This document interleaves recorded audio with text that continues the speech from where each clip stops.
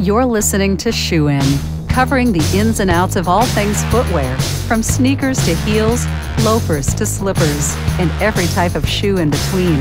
Brought to you by the FDRA, the Footwear Industries Association focused on retail, trade, politics, and fashion, helping create and enhance conversations on all things footwear. And now your footwear insiders, Matt Priest and Andy Polk.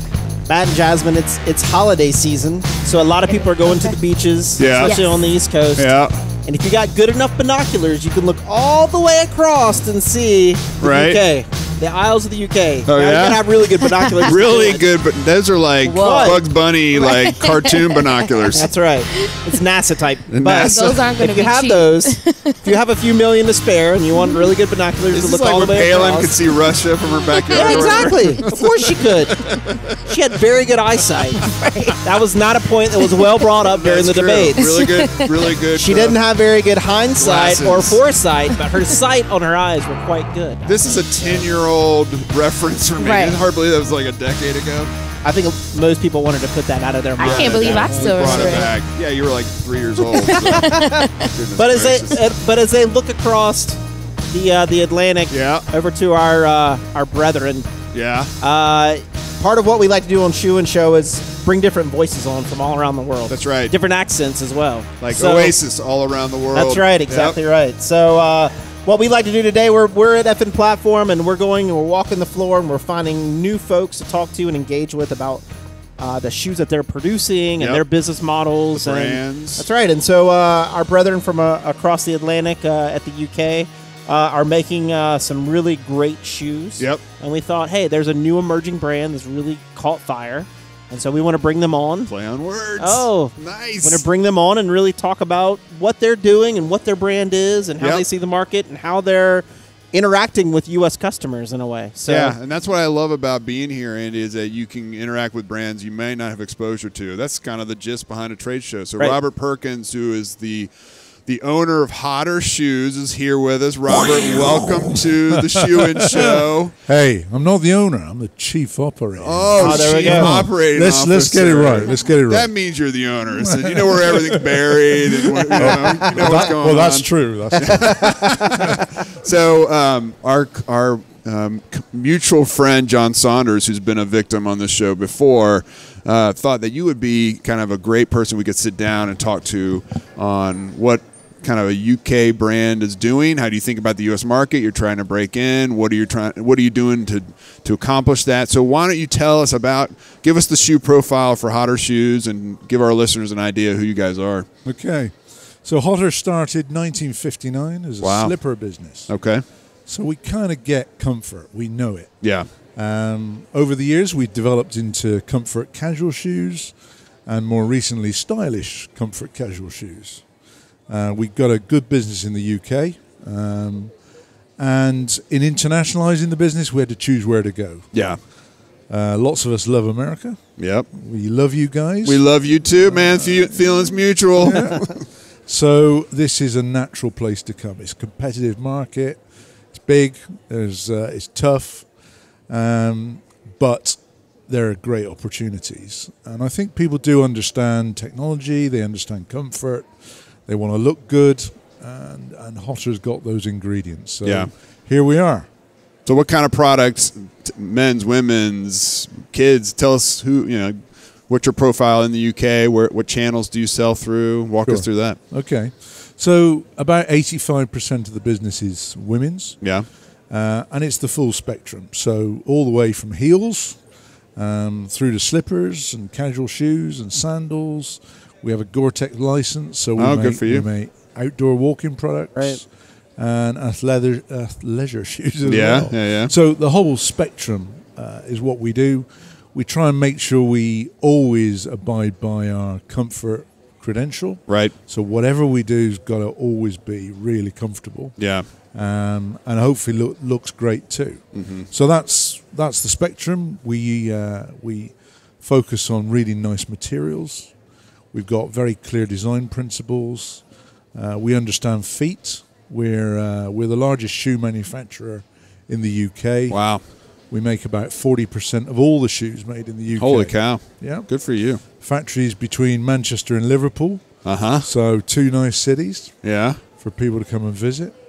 And that means we understand shoes, and we constantly are exposed to all that detail. Yeah. That, frankly, if you just buy shoes from China or wherever else, you don't confront those issues every day, every hour, all the time. Yeah. Right. So I think we're truly expert shoemakers. We love shoes.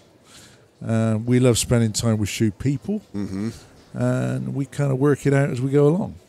Where did the pivot take place from that traditional heritage of making slippers? What year was it, and then how did that conversation take place? Because I know there's a lot of brands out there who are in a similar situation where they have this same kind of product they've been doing for many, many years and love making that, but they need to change it a little bit. They need to add some innovation. They need to expand it a little bit to grow their business, touch different parts of the market. How did you guys get to that point and say, okay, we really need to think a little bit differently about our product and like how we channel it and make it and who is buying it? So how did that all come about? What were those conversations you guys had as you kind of, increase the heat at Hotter Shoes?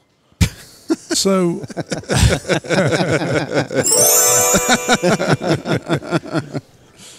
I think if you just make slippers, it's a pretty tough market. Yeah.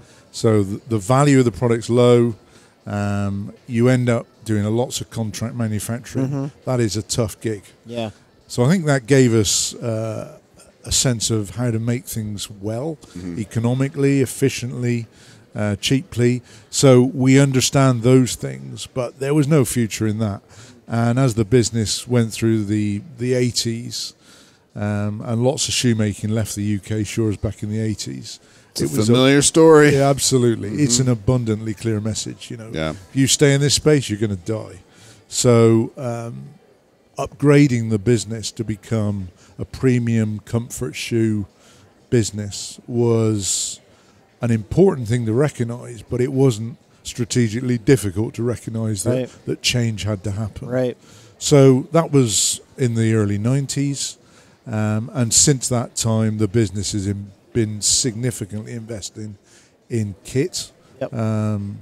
We use a lot of robots in the factory to make sure that we produce economically and consistently.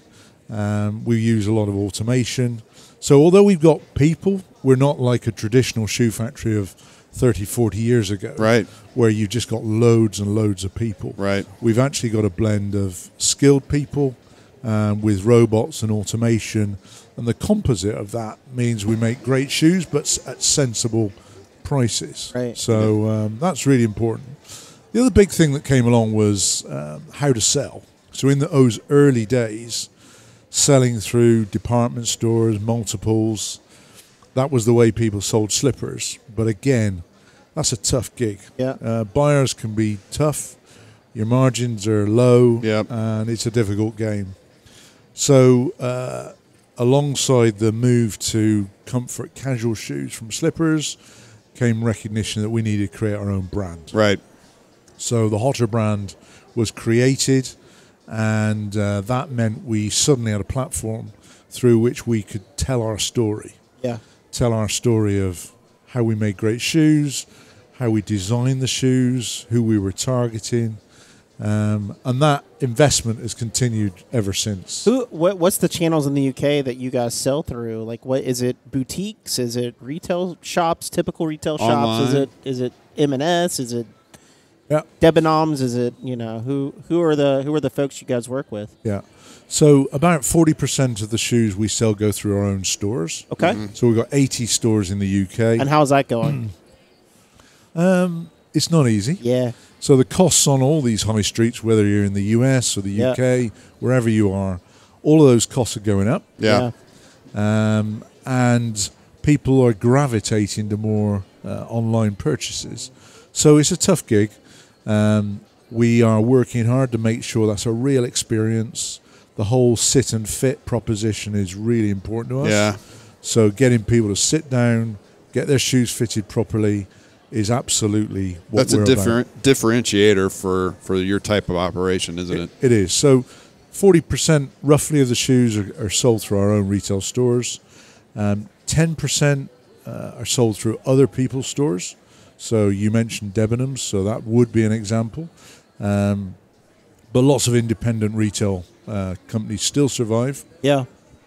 They do a great job of sit and fit also, which is important to us. So that's another 10%. And then online, about 25%. And we still sell through our call center. So we target a 50-plus woman mainly. And she's very happy to ring the call center, tell us what she needs on the bus, in her car, wherever she is. It's very quick, very efficient. There's 150 customer service staff in our call center on site. So if you imagine this building, we've got the factory there, we've got the warehouse there, the designers are there, the product developers are there, all the customer service staff are there. So it's one big family. Yeah, that's great. How many employees do you have kind of doing all that? So it's 1,100 in total. Okay. About 600, just over 600 on that site. So the others are in the stores. Sure. And that gives us a real benefit in terms of agility. So the fact everyone's there, you can quickly get people together, make decisions quickly. There's not a lot of bureaucracy. Right. We focus heavily on customers. We make sure we get them what they want when they want it. And I think just being on site, being together creates a great focus. So that's an important differentiator. Yeah, absolutely. You know, one of the things our domestic producers here, because as an organization we represent the majority of domestic production here in the U.S., is access to materials and the availability of materials needed because of the decline in the infrastructure, the capital infrastructure needed to produce millions of pairs of shoes as we once did here in the U.S. for our customers. Because of the movement of that away, it's harder to get access to the materials you think you need to meet demand. So what's the availability of materials in the UK? How much do you have to import in from elsewhere? Walk us through that dynamic. It's a really tough gig. So you got a lot of tough gigs, Robert. No, it's a tough gig. I tell you, the shoe business is not for the faint-hearted. Right. Tough crowd, tough gig. If you're looking for an easy game, this is not it. No, exactly as you've said. So the industry left the shores of the UK pretty much in the 80s and 90s. So there really aren't any material suppliers left of any significance. Right. So if you want to make great shoes, you need great materials, and therefore you've got to go in search of those materials. So when it comes to leather, we use a lot of hides from Texas. Woohoo! So you guys eat a lot of steak. Yeah, we do. A lot of steak. Last night. Oh my gosh. We just gave you 4 new cows from last night. And that's just Jasmine. Okay. So your steak, you have asked me. What we find is Texas hides are great. They're plump. Yep. Yeah. Great quality. And we know in terms of traceability and compliance, all these animals have been looked after well and all the rest of it. So there's great traceability. So we tend to use a lot of US hides. Mm-hmm. We tan those hides in different places around the world, depending on what we want to do. But we also have to travel far. Yeah. So India, we use a lot of sheepskin out of India. It's very soft and very lightweight. So it makes great leather for comfort shoes. Mm-hmm. The polyurethane that we use for the soles on our shoes, that comes out of Italy. So we bring that in every week. Mm-hmm. Tons and tons of polyurethane in barrels. We bring to the factories. A lot of the materials that we bring in are from Italy. Mm-hmm. So Italy's still got strong shoe component industry. Trims and metalware typically tend to come out of the Far East. Yeah. So it's a really, really international business. It's robust. It's a robust. And the UK have high duties on any of those components, or pretty low? No, we're not a particularly high duty economy. Full stop. So we can sensibly look for the very best materials. Right. We spend a lot of time on planes. Yeah, but we go and look for the right things, and I think our skill is, as I said, we're good shoemakers. Yeah. So we know how to use good materials, bolt it all together, craft it together, and make great shoes. But it does require lots of travel, Yeah. I'll take the Italy leg. I'll just hang out in Florence, have a cappuccino. Well, take a nap, go visit some suppliers. I'm not sure about that because I think that's where some of the tanneries are, and that's not exactly anything in Florence. You got it. That's I would source all materials from Florence. No, let me tell you. So we use Irish sheepskin. Really? So double-faced sheepskin on our boots. Where you've got cold weather, we want to use really nice materials. So sheepskin, the best sheepskin is from Ireland.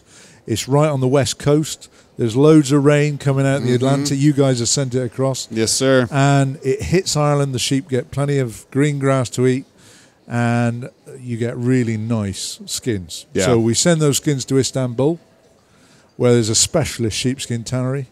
And they come eventually, and we make them into boots in the UK. I love our industry. It's so dynamic. Very, very international. Yeah. Very international.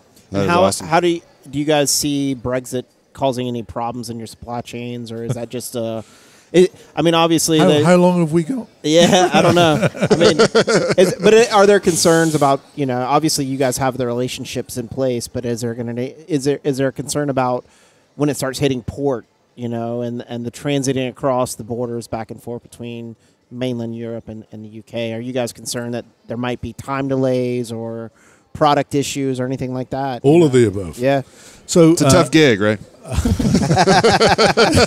We just single-handedly eliminated one. Where did I hear that from? A brilliant Englishman that I once knew. So I didn't vote to leave the European Union. I think it's a mistake for the country, but the British are a resourceful people, and we will overcome the barriers. But there's no doubt about it, there's going to be some significant challenges around this. Right. So we're very close to the deadline now, so March next year is when Brexit is meant to happen. We've not got an agreement, so that creates a lot of uncertainty. The international materials and travel and all the things we've been talking about require regulation, they require systems and processes. Today, those processes are well understood, they're well established, and the processes we might have in, let's say, a year's time or less are not yet agreed, they're not yet documented, they're not yet in place. So is it going to be a problem? I'm sure it is. It's not going to be easy. But one way or another, we will sort this out. Sure. I do think common sense will likely prevail. We've left it to the last minute. It is going to be tough, but we'll sort it out.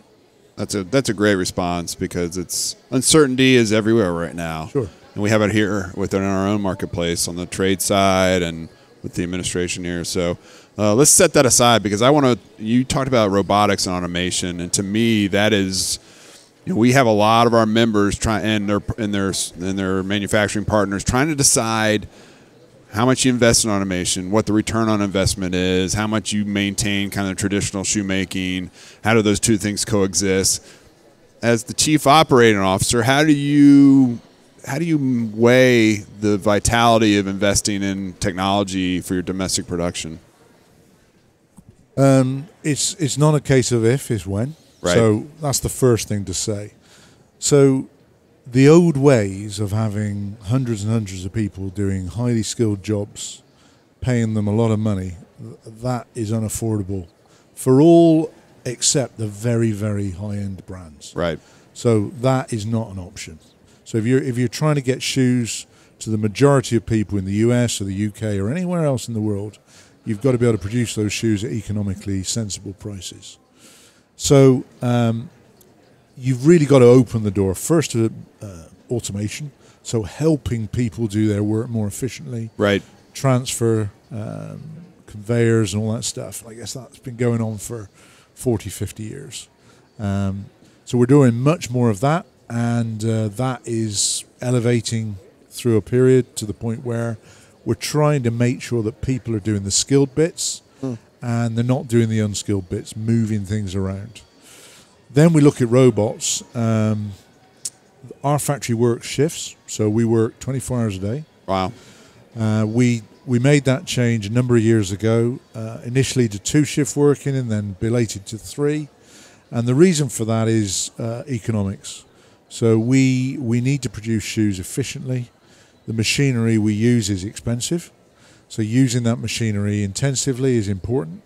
But also we use chemical processes. Right. And chemical processes are best if you don't stop them. Right. So keep the material flowing, keep the lines warm, and you get better results. You get better shoes. Interesting. So working shifts is not only more economic, but you actually get better results. But the other thing it does, once you start working shifts, a robot in position A replaces not one person, but 3 people. Interesting. So shift A, shift B, shift C, yeah? So the payback on the robots is getting more attractive, partly because minimum wages are going up, and therefore the cost of people's going up. Unemployment in the UK is low. So it's hard to find workers. So it's hard to find workers. And Brexit, that subject you kindly brought up, means You're welcome.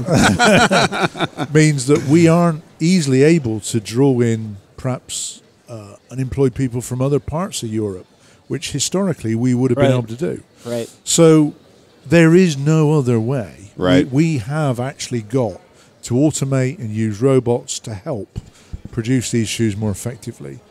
There's always going to be people in the shoe factory. Right. Always. Right. And we're going to rely on them to make great judgments and do the really high-skilled jobs. But where the robots come in is they do things very consistently. They never complain. Right. They don't stop for breaks. They don't need feeding. Don't drink coffee. Right. No pints. No late nights with the pints. No. They're not depressed when Liverpool. None of those things. Right. When Liverpool win or lose, they just keep going. So let's hope it's losses and not wins. So it just kind of works out. So when I say it's not if, it's when. That's the way it is. Yeah. So the technology is becoming cheaper as time goes on. As robots become more extensively used, the volume of those production goes up. Their unit costs come down. They become more affordable. Right. So there's lots to be optimistic about. Yeah. If you look at the way we make shoes, we're molding the soles using liquid polyurethane components, but the engineering of all this is amazing. So the real skills in our business are the product engineers. Yeah. Yeah. So the way we create molds, the way we create lasts, the way we make sure that the leathers are consistent in substance so that we can use robots to roughen the leathers. In the old days, you'd have had guys with metal brushes on a rotary arm, roughening the leathers. Today, all done by robot. But that means you have to have consistency, you have to have products that are engineered and processes that are engineered. So if you come to our shoe factory, it wouldn't look like a shoe factory that you would typically understand. Sounds awesome. Do you import at all? Anything? Yeah. Like finished goods? Yeah, we can't make heeled shoes in our factory. And about 10% of our sales are with dress heeled shoes. Gotcha. So we have a partner in Vietnam, and we've used them for 10 years. We've got our own staff in the factory there.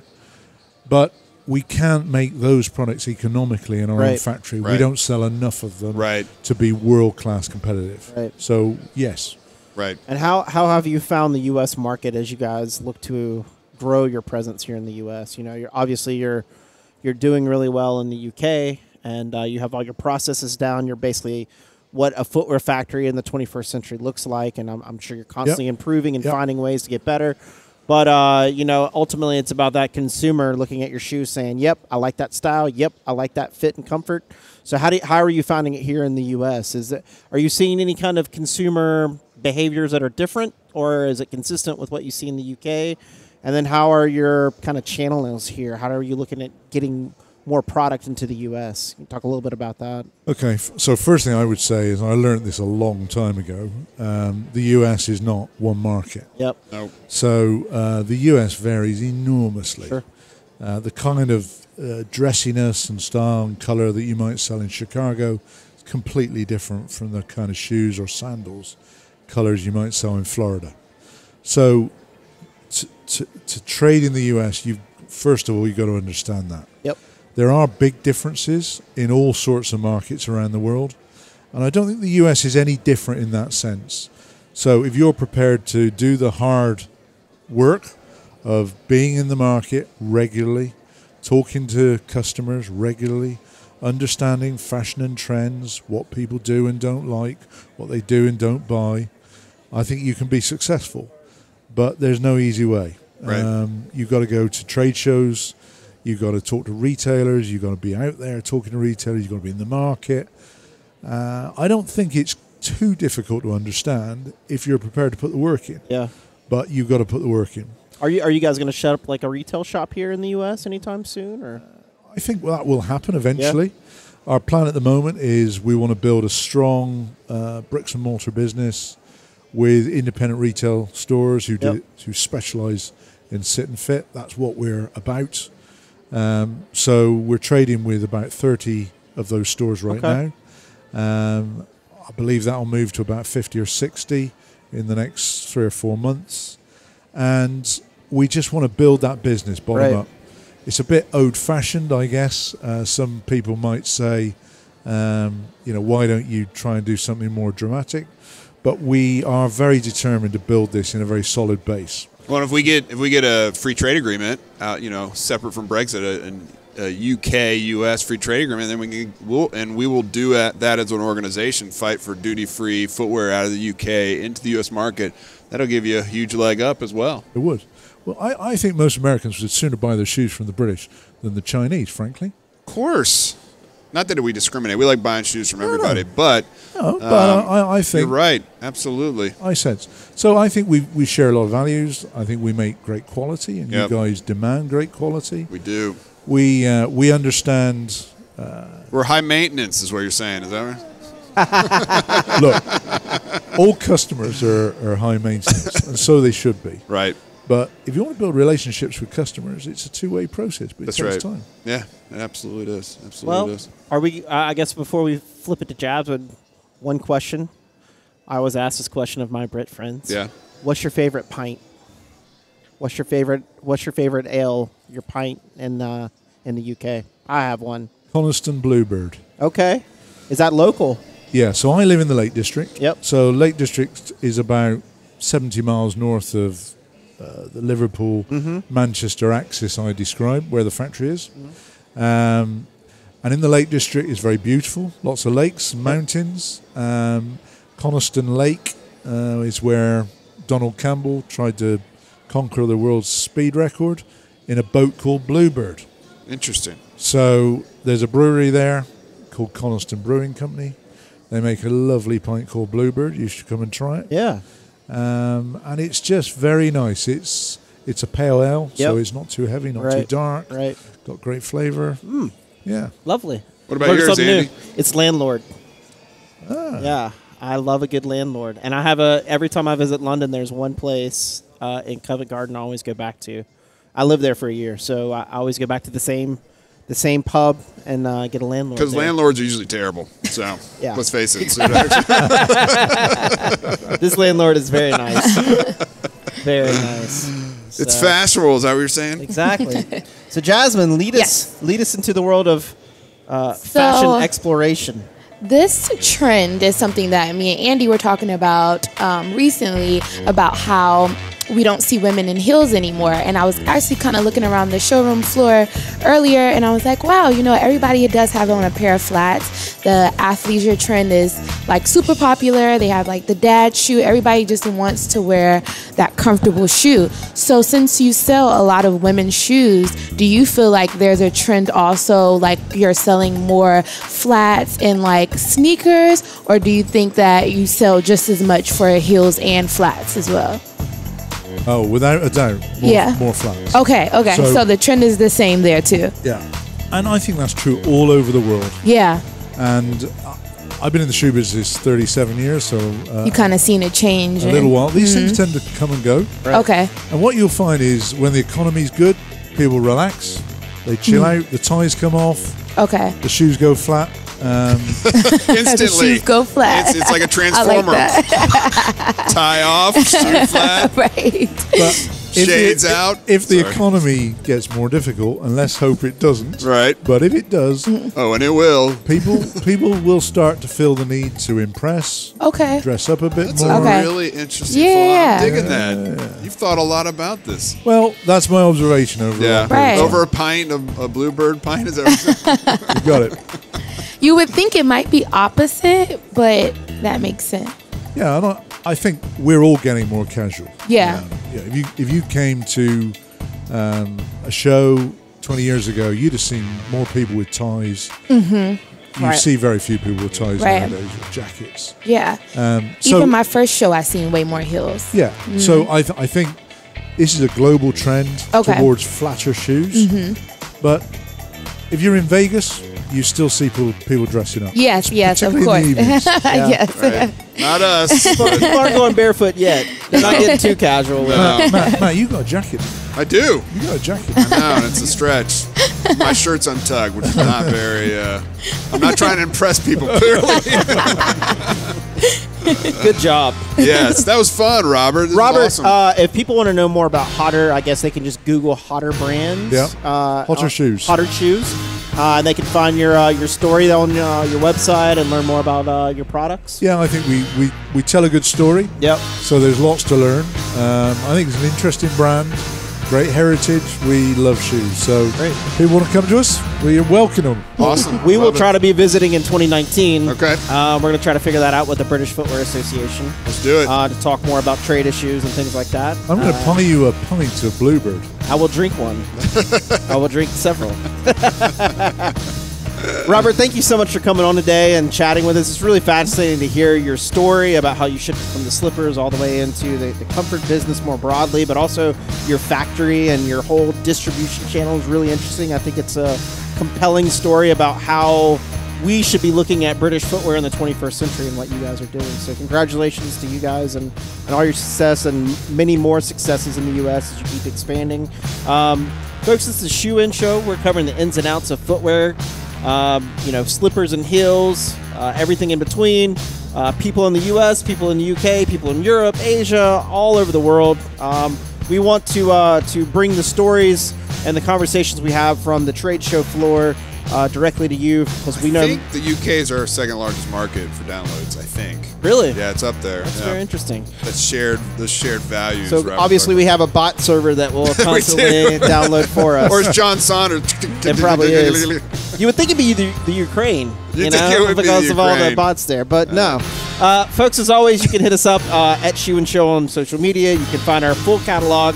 We have over 110 shows now, I believe, covering all types of different segments and products of the footwear industry, helping build kind of a catalog, an intelligence catalog of how the shoe industry is operating and the changes that are taking place and how everybody adapts differently to it. So if you have an idea for a topic that we've missed or you want to hear about, just drop us a line and let us know.